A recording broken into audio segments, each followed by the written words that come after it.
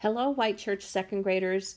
It's Mrs. Wilson with the thrilling conclusion of The Night at Dawn, Chapter 9, Under the Moon. Jack froze. "It's him," Annie whispered. The knight held out his gloved hand.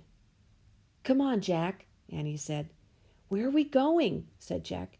"He wants to help us," said Annie. "How do you know?" said Jack. "I can just tell," said Annie. Annie stepped toward the horse. The knight dismounted. The knight picked Annie up and put her on the back of his horse. "Come on, Jack," Annie called. Jack moved slowly toward the knight. The knight lifted him up too and put him on the horse behind Annie. The knight then got on behind them. He slapped the reins. The black horse cantered beside the moonlit water of the moat. Jack rocked back and forth in the saddle. The wind blew his hair. He felt very brave and very powerful. He felt as if he could ride forever on this horse with this mysterious knight, over the ocean, over the world, over the moon. A hawk shrieked in the darkness. "There's the tree house," said Annie. She pointed toward a grove of trees. The knight guided the horse toward the trees. "See, there it is," Annie said, pointing to the ladder. The knight brought his horse to a stop. He dismounted and helped Annie and Jack down. "Thank you, sir," Annie said. She bowed. "Thank you," Jack said. He bowed too. The knight got back on his horse. He raised his gloved hand. Then he slapped the reins and rode off through the mist. Annie started up the tall ladder and Jack followed. They climbed into the dark treehouse and looked out the window. The knight was riding toward the outer wall of the castle. They saw him go through the outer gate. Clouds started to cover the moon again. For a brief moment, Jack thought he saw the knight's armor gleaming on the top of a hill beyond the castle. The clouds covered the moon completely. A black mist swallowed the land. "He's gone," whispered Annie. Jack shivered in his wet clothes as he kept staring at the blackness. "I'm cold," said Annie. "Where's the Pennsylvania book?" Jack heard Annie fumbling in the darkness. He kept looking out the window. "I think this is it," said Annie. "I feel a silk bookmark." Jack was only half listening. He was hoping to see the knight's armor gleam again in the distance. "Okay, I'm going to use this," said Annie, "because I think it's the right one. Here goes. Okay, I'm pointing. I'm going to make a wish. I wish we could go to Frog Creek." Jack heard the wind begin to blow softly. "I hope I pointed to the right picture in the right book," said Annie. "What?" Jack looked back at her. "Right picture? Right book?" The treehouse began to rock. The wind got louder and louder. "I hope it wasn't the dinosaur book," said Annie. "Stop!" Jack shouted at the treehouse. Too late. The treehouse started to spin. It spun faster and faster. Then everything was still. Absolutely still. Chapter 10. One Mystery Solved. The air was warm. It was dawn. Far away a dog barked. "I think that's Henry barking," Annie said.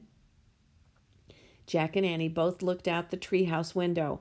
"We're home," said Annie. "Yay!" "That was close," said Jack. In the distance, streetlights glowed near their house. There was a light on in their upstairs window. "Uh-oh," said Annie. "I think Mom and Dad are up. Hurry." "Wait." In a daze, Jack opened his pack. He pulled out the castle book. It was quite wet, but Jack placed it back with all the other books. "Come on," said Annie. She started climbing out of the treehouse. Jack followed her down the rope ladder. They reached the ground and took off running between the gray-black trees. They left the woods and ran down their quiet street. They got to their yard and crept across the lawn. They opened the front door carefully and slipped inside their house. "They're not downstairs yet," whispered Annie. "Shh," said Jack. He led the way up the stairs and down the hall. There was no sign of their mom or dad, but Jack could hear water running in the bathroom. Their house was so different from the dark, cold castle. It was safe and cozy and friendly. Annie stopped at her bedroom door. She gave Jack a smile, then disappeared inside her room. Jack hurried into his room. He took off his damp clothes and pulled on his dry, soft pajamas. He sat down on his bed and opened his backpack. He took out his wet notebook. He felt around for the pencil, but his hand touched something else. Jack pulled the blue leather bookmark out of his pack. It must have fallen out of the castle book. Jack held the bookmark close to his lamp and studied it. The leather was smooth and worn. It seemed ancient. For the first time, Jack noticed a letter on the bookmark. It was a fancy M. Jack opened the drawer next to his bed. He took out the gold medallion. He looked at the letter on it. It was the same M. Now this was an amazing new fact.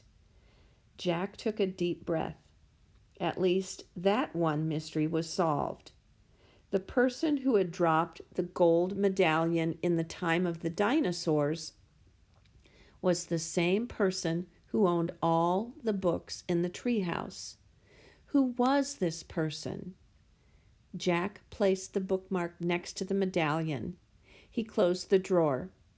Jack picked up his pencil. He turned to the least wet page in his notebook and started to write down his new fact.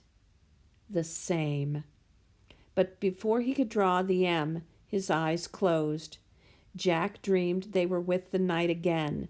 All three of them were riding the black horse through the cool, dark night.